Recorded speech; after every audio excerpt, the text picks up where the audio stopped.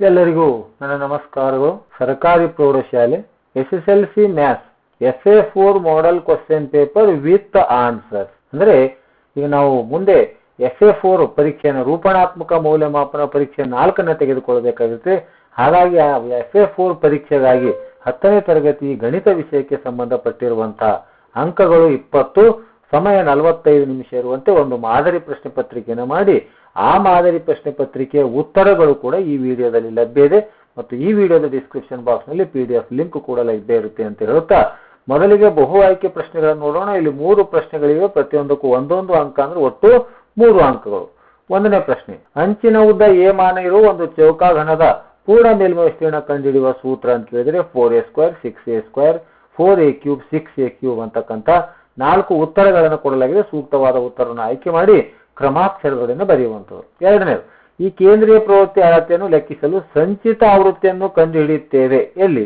ಸರಾಸರಿಯಲ್ಲೇ, ಮಧ್ಯಾಂಕದಲ್ಲೇ, ಬಹುಲಕದಲ್ಲೇ, ವಿಚಲನದಲ್ಲೇ ಅಂತ. 3ನೇ ಪ್ರಶ್ನೆ, ಒಂದು ಅಸಂಭವ ಘಟನೆಯ ಸಂಭವನೀಯತೆಯು option A 1, B 0, C -1, D 1.5. ಇನ್ನು ಸೆಕೆಂಡ್ ಕ್ವಶನ್, 1 ಅಂಕದ ಪ್ರಶ್ನೆಗಳು. ಇಲ್ಲಿಯೂ ಕೂಡ 3 ಪ್ರಶ್ನೆಗಳಿರುತ್ತವೆ, ಪ್ರತಿಯೊಂದಕ್ಕೂ ಒಂದೊಂದು ಅಂಕ, ಅಂದ್ರೆ ಒಟ್ಟು 3 ಅಂಕಗಳು.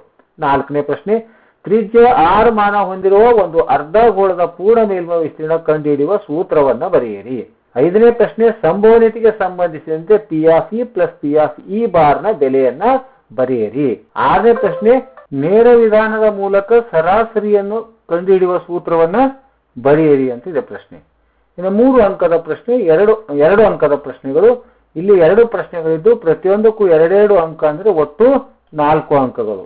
7ನೇ ಪ್ರಶ್ನೆ, 27 ಸೆಂಟಿಮೀಟರ್ ಕ್ಯೂಬ್ ಘನಫಲವನ್ನು ಹೊಂದಿರುವ 2 ಚೌಕ ಘನಗಳನ್ನು ಜೋಡಿಸಿ ಒಂದು ಆಯತ ಘನವನ್ನು ರಚಿಸಲಾಗಿದೆ. ಈ ಹೊಸ ಆಯತ ಘನದ ಪೂರ್ಣ ಮೇಲ್ಮೈ ವಿಸ್ತೀರ್ಣವನ್ನು ಕಂಡುಹಿಡಿಯಿರಿ ಅಂತ ಇದೆ ಪ್ರಶ್ನೆ. 8ನೇ ಪ್ರಶ್ನೆ, 2 ದಾಳಗಳನ್ನು ಏಕಕಾಲದಲ್ಲಿ ಊಹಿಸಿದಾಗ ಬರುವ ಸಂಖ್ಯೆಗಳ ಮೊತ್ತ 5 ಆಗಿರುವ ಸಂಭವನೀಯತೆಯನ್ನು ಕಂಡುಹಿಡಿಯಿರಿ. ಪ್ರಶ್ನೆ ಸಂಖ್ಯೆ 4, ಇಲ್ಲಿ 3 ಅಂಕದ ಪ್ರಶ್ನೆಗಳು, 2 ಪ್ರಶ್ನೆಗಳಿವೆ, ಒಟ್ಟು ಅಂಕಗಳಲ್ಲಿ 6 ಅನ್ನುವಂಥದ್ದು. 9ನೇ ಪ್ರಶ್ನೆ, ಒಂದು ಚೀಲದಲ್ಲಿ 3 ಕೆಂಪು ಚೆಂಡುಗಳಿವೆ, 5 ಬಿಳಿ ಚೆಂಡುಗಳು, 8 ನೀಲಿ ಚೆಂಡುಗಳಿವೆ. ಚೀಲದಿಂದ ಯಾದೃಚ್ಛಿಕವಾಗಿ ಒಂದು ಚೆಂಡನ್ನು ಹೊರತೆಗೆದಾಗ ಆ ಚೆಂಡು ಕೆಂಪು ಚೆಂಡು ಆಗಿರುವ, ಬಿಳಿ ಚೆಂಡು ಆಗಿರದ ಘಟನೆಯ ಸಂಭವನೀಯತೆಯನ್ನು ಕಂಡುಹಿಡಿಯಿರಿ ಅಂತ ಇದೆ ಪ್ರಶ್ನೆ. 10ನೇ ಪ್ರಶ್ನೆ, ಈ ಕೆಳಗಿನ ಆವೃತ್ತ ವಿತರಣಾ ಪಟ್ಟಿಯ ಸರಾಸರಿಯನ್ನ ಕಂಡುಹಿಡಿಯಿರಿ ಅಂತ. ಇಲ್ಲಿ ವರ್ಗಾಂತರ ಮತ್ತು ಆವೃತ್ತ ಸಂಖ್ಯೆಗಳನ್ನು ಕೊಡಲಾಗಿದೆ. ಇನ್ನು 5ನೇ ಪ್ರಶ್ನೆ 4 ಅಂಕದ ಪ್ರಶ್ನೆ ಇದೆ. 4 ಅಂಕದ್ದು, ಒಂದು ಘನಾಕೃತಿಯು ಚಿತ್ರದಲ್ಲಿ ತೋರಿಸಿರುವಂತೆ ಒಂದು ಸಿಲಿಂಡರ್ ಮೇಲೆ ಶಂಕುವನ್ನು ಜೋಡಿಸಿದ ಆಕಾರದಲ್ಲಿದೆ. ಸಿಲಿಂಡರ್ ಮತ್ತು ಶಂಕುವಿನ ತ್ರಿಜ್ಯಗಳು 5 ಸೆಂಟಿಮೀಟರ್ಗೆ ಸಮವಾಗಿವೆ. ಸಿಲಿಂಡರ್ ಎತ್ತರ 11 ಸೆಂಟಿಮೀಟರ್ ಮತ್ತು ಘನಾಕೃತಿಯ ಒಟ್ಟು ಎತ್ತರ 23 ಸೆಂಟಿಮೀಟರ್. ಹಾಗಾದರೆ ಘನಾಕೃತಿಯ ಪಾರ್ಶ್ವ ಮೇಲ್ಮೈ ವಿಸ್ತೀರ್ಣ ಮತ್ತು ಅದರ ಘನಫಲವನ್ನ ಕಂಡುಹಿಡಿಯಿರಿ ಅಂತ ಪ್ರಶ್ನೆ ಇದೆ. ಈಗ ಮಾದರಿ ಉತ್ತರಗಳು ಆ ಪ್ರಶ್ನೆ ಪತ್ರಿಕೆ. 1ನೇದು 6a² ಇದೆ, 2ನೇದು ಮಧ್ಯಾಂಕ, 3ನೇದು B ಆಪ್ಷನ್ 0, 4ನೇ ಪ್ರಶ್ನೆ, ತ್ರಿಜ್ಯ r ಮಾನ ಹೊಂದಿರುವ ಅರ್ಧಗೋಳದ ಮೇಲ್ಮೈ ವಿಸ್ತೀರ್ಣ, ಅರ್ಧಗೋಳದ ಪೂರ್ಣ ಮೇಲ್ಮೈ ವಿಸ್ತೀರ್ಣದ 3πr², P ಪ್ಲಸ್ P ನ ಬೆಲೆ ಎಷ್ಟು? 1. ನೇರ ವಿಧಾನದ ಮೂಲಕ ಸರಾಸರಿ ಕಂಡುಹಿಡಿದ σfi × xi ಭಾಗಿಲೆ σfi. 2 ಅಂಕದ ಪ್ರಶ್ನೆಗಳಿವೆ. ಇಲ್ಲಿ 2 ಅಂಕದ ಪ್ರಶ್ನೆಗಳು, ಒಂದು ಘನದ ಅಂಚಿನ ಉದ್ದ 7 ಆದರೆ ಘನದ ಅಂಚಿನ ಘನಫಲ 27 ಕ್ಯೂಬ್ ಆದರೆ ಅದರ ಅಂಚಿನ ಉದ್ದ 3 ಸೆಂಟಿಮೀಟರ್. 2 ಘನಗಳನ್ನು ಜೋಡಿಸಿದಾಗ ಉಂಟಾಗುವ ಆಯತ ಘನದ ಅಳತೆಗಳು ಉದ್ದ 3 + 3 6 ಆಗುತ್ತೆ, ಭಾಗಲ 3, ಎತ್ತರ h ಆಗುತ್ತೆ. ಆಯತ ಘನದ ಪೂರ್ಣ ಮೇಲ್ಮೈ ವಿಸ್ತೀರ್ಣ, ಇಲ್ಲಿ ಸೂತ್ರವನ್ನು ಬರೆದು ಇಲ್ಲಿ L ಅಂದ್ರೆ 6, B ಅಂದ್ರೆ 3, h ಅಂದ್ರೆ 3 ಅಂತ ಬೆಲೆಗಳನ್ನು ಆದೇಶಿಸಿದಾಗ 90 ಸೆಂಟಿಮೀಟರ್ ಸ್ಕ್ವೇರ್ ಅನ್ನುವಂಥ ಉತ್ತರವನ್ನು ಬಂದಿದೆ. ಇನ್ನ 2 ದಾಳಗಳನ್ನು ಉಳಿಸಿದಾಗ ಒಟ್ಟು ಫಲಿತಾಂಶಗಳ ಸಂಖ್ಯೆ 6 36 ಆಗುತ್ತೆ. ಮೊತ್ತ 5 ಆಗುವ ಅಂತ ಹೇಳಿದರೆ 5 ಆಗುವಂತಹ ಮೊತ್ತ ಅನುಕೂಲಕರ ಫಲಿತಾಂಶಗಳ ಸಂಖ್ಯೆ NF 4. ಸೂತ್ರ ಸಂಭವನೀಯತೆ P NF ಭಾಗಿಲೆ NFS 4/36 ಅಂದ್ರೆ 4 ಅಂದ್ರೆ 4 9 36 ಅಂದ್ರೆ ಇಲ್ಲಿ 1/9 ಅನ್ನುವಂಥ ಉತ್ತರ. ಅದೇ ರೀತಿ ಇಲ್ಲಿ ಮತ್ತೆ 3 ಅಂಕದ ಪ್ರಶ್ನೆಗಳು.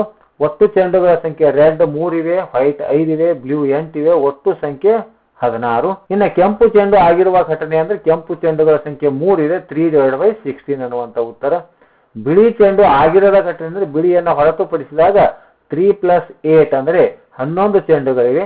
ಹಾಗಾಗಿ P ಇದು B ಬೇಕು, P 11/16 ಅನ್ನುವಂಥ ಉತ್ತರ. ಇನ್ನು 10ನೇ ಪ್ರಶ್ನೆ, ನೇರ ವಿಧಾನದಿಂದ ಸರಾಸರಿಯನ್ನು ಕಂಡುಹಿಡಿತಕ್ಕಂಥದ್ದು.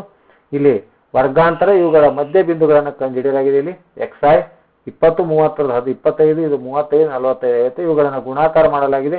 15 30 25 125 ಇವೆಲ್ಲ ಗುಣಾಕಾರ ಮಾಡಿ ಕೂಡಿಸಿದಾಗ 700 ಬಂದಿದೆ. ಈಗ ಸರಾಸರಿ ಕಂಡುಹಿಡಿಯುವ ಸೂತ್ರ sigma fi into xi ಭಾಗಿಲೆ fi 700 ಭಾಗಿಲೆ 20 0 ಹೋಯಿತು 0 ಹೋಯಿತು 30ಗೆ 2 ಲಿಂದ ಭಾಗಾಕಾರ ಮಾಡಿದಾಗ ಸರಾಸರಿ ಉತ್ತರ 35 ಅಂತ. ಇನ್ನು 4 ಅಂಕದ ಪ್ರಶ್ನೆ ಇದೆ. ಶಂಕುವಿನ ಎತ್ತರ ಇಲ್ಲಿ ಕೊಟ್ಟಿದ್ದಾರೆ. ಅಂದ್ರೆ ಶಂಕುವಿನ ಎತ್ತರ ಒಟ್ಟು ಎತ್ತರ 23 ಇದೆ. ಅದ್ರಾಗ ಸಿಲಿಂಡರ್ನ ಎತ್ತರ 11 ಆದರೆ ಶಂಕುವಿನ ಎತ್ತರ 12 ಸೆಂಟಿಮೀಟರ್. ಶಂಕುವಿನ ತ್ರಿಜ್ಯ 5 ಇದೆ. ನಮಗೆ ಶಂಕುವಿನ ಓರೆ ಎತ್ತರ ಬೇಕು. ಹಾಗೆ L L² R² plus H². L root ಆ ಕಡೆ ಹೋದ್ರೆ ಸ್ಕ್ವೇರ್ ರೂಟ್ 169 13 ಸೆಂಟಿಮೀಟರ್ ಅಂತಕ್ಕಂಥ ಉತ್ತರ. ಇನ್ನು ಘನದ ಘನಫಲವನ್ನು ಕಂಡುಹಿಡಿಯಿರಿ ಅಂತ ಹೇಳಿದ್ದಾರೆ. ಇಲ್ಲ, ಘನದ ಪಾರ್ಶ್ವ ಮೇಲ್ಮೈ ವಿಸ್ತೀರ್ಣ. ಈ ಒಂದು ಘನದ ಪಾರ್ಶ್ವ ಮೇಲ್ಮೈ ವಿಸ್ತೀರ್ಣ ಅಂತ ಕೇಳಿದ್ದಾರೆ. ಹಾಗಾಗಿ ಶಂಕುವಿನ ಪಾರ್ಶ್ವ ಮೇಲ್ಮೈ ಪ್ಲಸ್ ಸಿಲಿಂಡರ್ ಪಾರ್ಶ್ವ ಮೇಲ್ಮೈ ವಿಸ್ತೀರ್ಣಗಳನ್ನು ಕೂಡಿಸಿದಾಗ ಈ ಒಂದು ಇದರ ಒಂದು ಪಾರ್ಶ್ವ ಮೇಲ್ಮೈ ವಿಸ್ತೀರ್ಣವನ್ನು ಬರುತ್ತೆ ಇಲ್ಲಿ ಪ್ರಶ್ನೆ.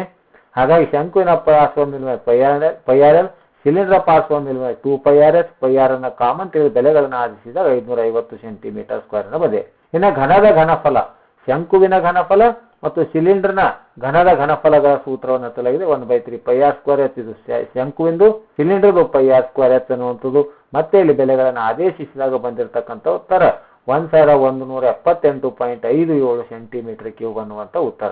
ಆದ್ಮೇಲೆ ಈ ವಿಡಿಯೋದ ಡಿಸ್ಕ್ರಿಪ್ಷನ್ ಬಾಕ್ಸ್ನಲ್ಲಿ ಇದರ PDF ಲಿಂಕ್ ಅನ್ನು ಕೂಡ ಕೊಟ್ಟಿರ್ತೇನೆ ಅಂತ ಹೇಳ್ತಾ, ಈ ವಿಡಿಯೋ ಇಷ್ಟವಾದರೆ ದಯವಿಟ್ಟು ಲೈಕ್ ಮಾಡಿ, ಶೇರ್ ಮಾಡಿ ಮತ್ತು ಹೈಪ್ ಬಟನ್ ಮೇಲೆ ಕ್ಲಿಕ್ ಮಾಡಿ ಅಂತ ಹೇಳ್ತಾ ಈ ವಿಡಿಯೋ ನೋಡಿರೋ ತಮ್ಮೆಲ್ಲರಿಗೂ ನನ್ನ ಅಭಿನಂದನೆಗಳು.